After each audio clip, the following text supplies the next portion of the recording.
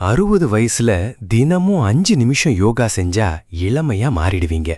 வயசாயிட்டாலே ஏன் காலையில மட்டும் இப்படி உடம்பு கட்ட மாதிரி ஆகுது? வயசாகும்போது இயற்கையாவே தசைகளோட உறுதி கொஞ்சம் குறையும். நாம தூங்கும்போது உடம்பு அசையாம இருக்குல்ல, அப்போ ரத்த ஓட்டம் ரொம்ப மெதுவா நடக்கும். அதனாலதான் எழும்போது உடம்பு மரத்து போன மாதிரி இருக்கும். இதற்கெல்லாம் வயசு மட்டும் காரணம் இல்லைங்க. நாம ரொம்ப நேரம் அசையாம ஒரே இடத்துல உட்கார்ந்து இருக்கிறது தான் மெயின் காரணம்.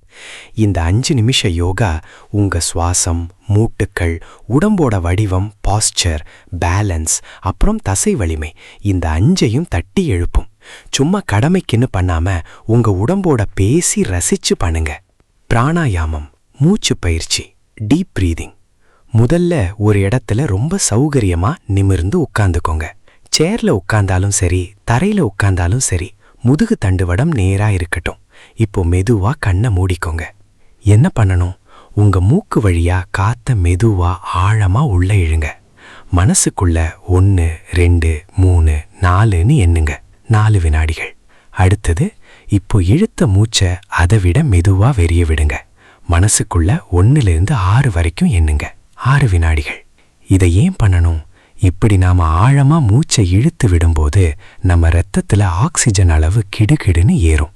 அது மட்டும் இல்லாம மன அழுத்தத்தை உருவாக்கி நம்ம உடம்பை எப்பவும் ஒரு பதட்டத்திலேயே வச்சிருக்கிற கார்டிசால் அப்படிங்கிற ஹார்மோனை இதை அப்படியே அடக்கிடும். நீங்க இதை செஞ்சு முடிச்ச அடுத்த நிமிஷமே மனசு லேசாகிறத உங்களால உணர முடியும்.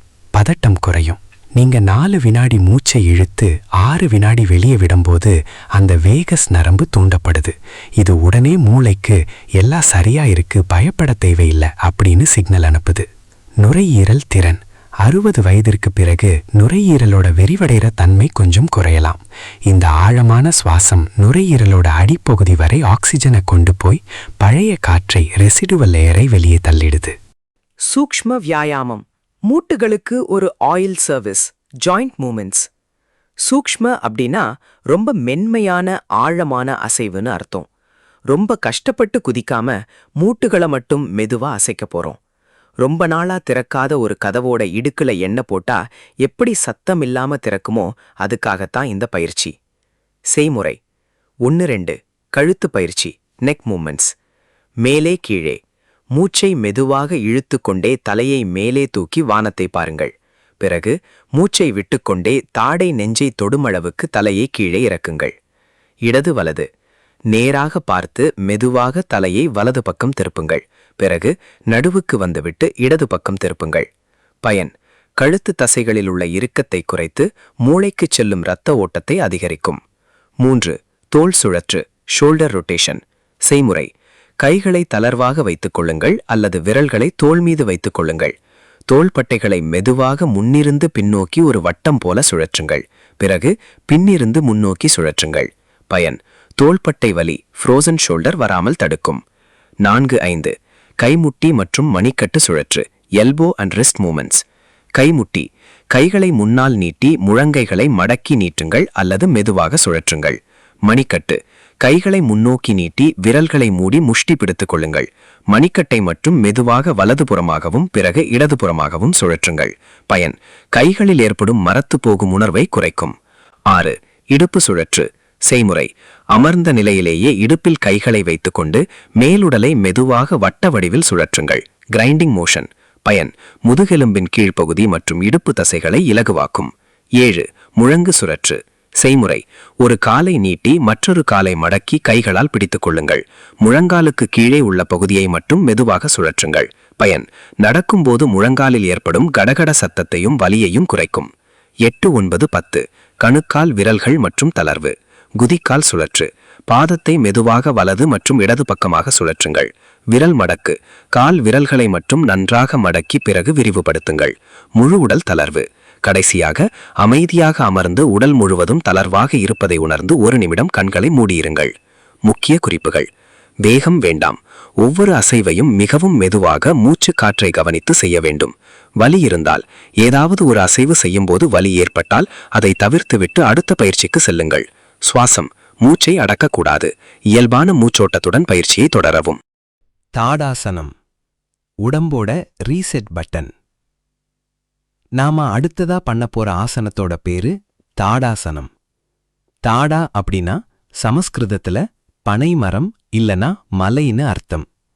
மலை மாதிரி எப்படி கம்பீரமா நேரா நிக்கணும்னு தான் இப்ப பார்க்க போறோம். நம்ம ஃபோன் எப்பவாச்சும் ஹேங் ஆனா ரீசெட் பண்றோம்ல, அதே மாதிரி ராத்திரி முழுக்க படுத்து கிடந்ததுல அங்கங்க சோம்பேறித்தனமா இழுக்கிற நம்ம உடம்ப மொத்தமா ரீசெட் பண்ணி தட்டி எழுப்புற ஒரு சூப்பர் ஆசனம் தான் இது. செய்முறை: முதல்ல நேரா நில்லுங்க. உங்க 2 கால்களையும் ஒன்னா வச்சுக்கோங்க. உங்களால பேலன்ஸ் பண்ண முடியலனா 2 கால்களுக்கும் நடுவுல ஒரு ஜான் கொஞ்சம் தூரம் கேப் விட்டு நில்லுங்க. உடம்பு நேரா இருக்கட்டும், கைகள் 2ம் பக்கவாட்ல தளர்வா கிடக்கட்டும். கைகளை உயர்த்தணும். இப்போ மெதுவா மூச்ச உள்ள இழுத்துக்கிட்டே உங்க 2 கைகளையும் பக்கவாட்ல இருந்து அப்படியே தலைக்கு மேல கொண்டு போங்க. விரல்களை கோர்த்துக்கோங்க. தலைக்கு மேல போனதும் 2 கை விரல்களையும் ஒன்னோடொன்னு கோர்த்து உள்ளங்கைய அப்படியே வானத்தை பார்த்த மாதிரி திருப்பி வச்சுக்கோங்க. உடம்பை நீட்டணும். இப்போ யாரோ உங்கள மேல இருந்து கயிறு கட்டி இழுக்கிற மாதிரி கைகளையும் உங்க முதுகு தண்டுவடத்தையும் நல்லா மேல் நோக்கி நீட்டுங்க. முக்கிய குறிப்பு: முதியவர்கள் ஆரம்பத்துல குதிகால தூக்க வேண்டாம். பாதங்கள் தரையில அப்படியே நல்லா பதிஞ்சு இருக்கட்டும். கைகளையும் முதுகையும் மட்டும் மேல தூக்குனா போதும். அப்படியே நிக்கணும். இந்த நிலையில அப்படியே நின்னு மனசுக்குள்ள 1லிருந்து 10 இல்லனா 15 வரைக்கும் மெதுவா எண்ணுங்க. 10லிருந்து 15 வினாடிகள். மூச்ச அடக்காம இயல்பா இழுத்து விடுங்க. பழைய நிலைக்கு வரணும். அப்புறம் மெதுவா மூச்ச விட்டுக்கிட்டே கைகளை கீழே இறக்கி பழையபடி நேரா வந்து ரிலாக்ஸ் பண்ணிக்கோங்க. இத ஒரு 3 முறை பண்ணலாம். நம்ம 5வது விஷயமா பார்க்க போறது விருக்ஷாசனம். விருக்ஷம் அப்படின்னா மரம்னு அர்த்தம். ஒரு மரம் காத்துல ஆடாம அசையாம எப்படி ஸ்ட்ராங்கா நிக்குதோ அதே மாதிரி நம்ம உடம்பையும் பேலன்ஸ் பண்ண போறோம். வயசாகும்போது நமக்கு வர்ற ஒரு பெரிய பயமே நடக்கும்போது கால் தடுமாறிடுமோ, எங்கேயாச்சும் நிலை தடுமாறி விழுந்துடுவோமோ அப்படிங்கிறது தான். அந்த பயத்தை ஓட ஓட விரட்டி உங்க கால்களுக்கு இரும்பு மாதிரி ஒரு பலத்தை கொடுக்க போற ஆசனம் தான் இது. செய்முறை: சுவரை பக்கத்துல வச்சுக்கோங்க. பாதுகாப்பு முக்கியம். முதியவர்கள் எப்போ இந்த பயிற்சி பண்ணினாலும் பக்கத்துல ஒரு சுவரோ அல்லது ஒரு நல்ல ஸ்ட்ராங்கான சேரோ இருக்கட்டும். விழுந்துடக்கூடாதுங்கிறதுல நாம ரொம்ப கவனமா இருக்கணும். நேரா நில்லுங்க. முதல்ல சுவருக்கு பக்கத்துல நேரா நில்லுங்க. ஒரு கைய வேணும்னா சுவத்துல சப்போர்ட்டுக்கு வச்சுக்கோங்க. காலை தூக்கணும். இப்போ உங்க உடம்போட முழு எடையையும் இடது கால் மேல வச்சுக்கிட்டே மெதுவா உங்க வலது காலை தூக்குங்க. காலை எங்க வைக்கணும்? வலது பாதத்தை உங்க இடது காலோட கணுக்கால் ஆங்கிள் பகுதியிலையோ அல்லது முழங்காலுக்கு கீழே இருக்கிற கெண்டைக்கால் பகுதியிலையோ வச்சுக்கோங்க. முக்கிய குறிப்பு: பாதத்தை முழங்கால் மூட்டுக்கு நீ ஜாயிண்ட்டுக்கு நேராக வச்சு அழுத்தக்கூடாது. அது மூட்டுக்கு நல்லது கிடையாது. கை முத்திரை: இப்போ ஓரளவுக்கு பேலன்ஸ் கிடைச்சதும் சுவரை பிடிச்சிருக்கிற கையை எடுத்துட்டு 2 கைகளையும் நெஞ்சுக்கு முன்னாடி கொண்டு வந்து வணக்கம் வைக்கிற மாதிரி நமஸ்தே முத்திரையில வச்சுக்கோங்க. உங்களால ஒத்த கால்ல நிக்க முடியலனா ஒரு கையால சுவரை பிடிச்சுக்கிட்டே இன்னொரு கையை மட்டும் நெஞ்சில வச்சுக்கலாம். தப்பே கிடையாது. நேரா பாருங்க. உங்க கண்ணுக்கு நேரா இருக்கிற ஏதாச்சும் ஒரு புள்ளிய பாயிண்ட்டை வெறித்து பாருங்க. அங்கேயும் இங்கேயும் வேடிக்கை பார்த்தா பேலன்ஸ் தவறிடும். நேரம்: இந்த நிலையில அப்படியே 10-15 வினாடிகள் இருங்க. மூச்சை நல்லா இழுத்து விடுங்க. அப்புறம் காலை கீழே இறக்கிட்டு இதே மாதிரி அடுத்த காலுக்கும் பண்ணுங்க. இதை ஏன் நாம கண்டிப்பா பண்ணணும்? தி பெனிஃபிட்ஸ்: மூளைக்கும் காலுக்கும் டாக் டைம். நாம ஒத்த காலில் நிற்கும்போது நம்ம மூளை ரொம்ப ஆக்டிவ் ஆகிடும். அடடா வண்டி சாயுது, காலை ஸ்ட்ராங் பண்ணு அப்படின்னு மூளை உடனே காலுக்கு சிக்னல் அனுப்பும். இதனால ரொம்ப நாளா தூங்கிட்டு இருந்த உங்க நரம்பு இணைப்புகள், நியூரோமஸ்குலர் கனெக்ஷன்ஸ் எல்லாம் மறுபடியும் புதுசா வேலை செய்ய ஆரம்பிக்கும். சுருக்கமா சொன்னா உங்க மூளை உங்க கால்களோட மறுபடியும் பேச கத்துக்குது. கீழே விழும் அபாயம் குறையும். இந்த ஆசனத்தை நீங்க தொடர்ந்து செஞ்சு பழகும்போது பிற்காலத்துல நீங்க வெளியில நடக்கும்போதோ இல்ல பாத்ரூம்ல வழுக்க பார்க்கும்போதோ உங்க உடம்பு ஆட்டோமேட்டிக்கா தன்னைத்தானே பேலன்ஸ் பண்ணி உங்களை கீழே விழாம காப்பாத்திடும். 5. உட்கடாசனம். யாருடைய உதவியும் இல்லாமல் கம்பீரமாக எழ. சேர் ஸ்குவாட்ஸ். நாம கடைசியா பார்க்க போற ஆசனம் உட்கடாசனம். உட்கட அப்படின்னா சக்தி வாய்ந்த அல்லது நாற்காலின்னு அர்த்தம். அதாவது காத்துல ஒரு நாற்காலி இருந்தா அதுல நாம எப்படி உட்காருவோம், அதுதான் இந்த ஆசனம். வயசாக வயசாக நம்மள பல பேருக்கு இருக்கிற பெரிய கவலையே, நாற்காலியிலையோ இல்ல தரையிலையோ உட்கார்ந்தா டக்குன்னு எழுந்திருக்க முடியலையே, யாராச்சும் கை கொடுத்து தூக்க மாட்டாங்களான்னு ஏங்க வேண்டியிருக்கே அப்படிங்கிறது தான். உங்க கால்களுக்கு அந்த பழைய இரும்பு மாதிரி தெம்ப கொடுத்து உங்கள சுயசார்போட இண்டிபெண்டா வாழ வைக்க போற ஒரு அருமையான பயிற்சி இது. செய்முறை ஸ்டெப் பை ஸ்டெப் ப்ரொசீஜர். நாற்காலியை தயார் செய்யுங்க. ஒரு நல்ல உறுதியான அசையான நாற்காலியை உங்களுக்கு பின்னாடி போட்டுக்கோங்க. நேரா நில்லுங்க. நாற்காலிக்கு முன்னாடி அதை நோக்கி முதுகு இருக்கிற மாதிரி நேரா நில்லுங்க. உங்க 2 கால்களையும் தோள்பட்டை அளவுக்கு அகலமா வச்சுக்கோங்க. கைகளை நீட்டுங்க. உங்க 2 கைகளையும் உங்களுக்கு முன்னாடி நேரா நீட்டிக்கோங்க. இது நீங்க குனியும் போது உடம்பு முன்னோக்கி சாயாம பேலன்ஸ் பண்றதுக்கு உதவும். உட்கார போற மாதிரி வரணும்.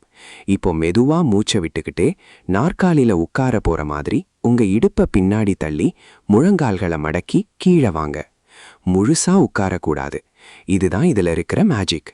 நாற்காலியில உங்க சீட் லேசா தொட்டும் தொடாமலும் இருக்கிற அந்த செகண்ட்ல அப்படியே ஒரு வினாடி நில்லுங்க. நாற்காலியில முழு எடையையும் போட்டு உட்கார்ந்துடக்கூடாது. மறுபடியும் மேல வரணும். இப்போ உங்க கால் பாதங்களை நல்லா தரையில அழுத்தி கால்களோட பலத்தை வச்சு மெதுவா மூச்சை இழுத்துக்கிட்டே பழையபடி நேரா எழுந்து நில்லுங்க. எத்தனை முறை பண்ணணும்? அவசரமே இல்லாம மெதுவா இதை ஒரு 5 to 8 முறை பண்ணுங்க போதும். முக்கிய குறிப்பு: முழங்கால் வலி ரொம்ப அதிகமா இருக்கிறவங்க ரொம்ப கீழே போக வேண்டாம். லேசாக வளைந்து நிமிர்ந்தாலே போதும். இதை ஏன் நாம கண்டிப்பா பண்ணணும்? The benefits. படிக்கட்டு ஏற பயம் இருக்காது. நம்ம உடம்புலயே ரொம்ப பெரிய தசைகள் நம்ம தொடையிலையும் பின் இடுப்புலையும் தான் இருக்கு. இந்த பயிற்சி அந்த தசைகளை தட்டி எழுப்பி ஸ்ட்ராங் ஆக்கும். இதனால பஸ்ல ஏறும்போதோ இல்ல படிக்கட்டுல ஏறும்போதோ உங்க கால் நடுங்காது, பயம் இல்லாம ஏறலாம். கடைசியா ஒண்ணுங்க, இளமை அப்படிங்கிறது உங்க பர்த்டே கார்டில் இருக்கிற வயசை வச்சு வர்றது கிடையாது. அது உங்க சுவாசத்திலையும் உங்க உடம்ப நீங்க எவ்வளவு அன்பா பாத்துக்கிறீங்க அப்படிங்கிற அந்த அக்கறையிலையும் தான் இருக்கு. இப்போ உங்க முன்னாடி 2 சாய்ஸ் தான் இருக்கு. ஒன்று, நேத்திருந்த மாதிரியே கை கால் வலியோடும் நம்ம வாழ்க்கை இவ்வளவுதானாங்கிற சலிப்போடும் இன்னைக்கும் அப்படியே காலத்தை தள்ளலாம். இல்லனா உங்களுக்காக உங்க சொந்த உடம்புக்காக வெறும் 5 நிமிஷம் ஒதுக்கி உங்க வாழ்க்கைய மறுபடியும் புத்துணர்ச்சியோட இளமையா மாத்திக்கலாம். என்ன, இந்த ஒரு சின்ன மாற்றத்தை நாளைக்கு காலையில இருந்தே விடிய விடிய ஆரம்பிக்க போறீங்களா? அந்த நல்ல முடிவை வேற எப்பவோ இல்ல, இப்பவே எடுங்க. இனிமே வர்ற ஒவ்வொரு நாளையும் கம்பீரமா புத்துணர்ச்சியோட வாழ பழகுங்க. ஏன்னா உங்க உடம்பு உங்க பதிலுக்காகத்தான் காத்துக்கிட்டு இருக்கு. All the best.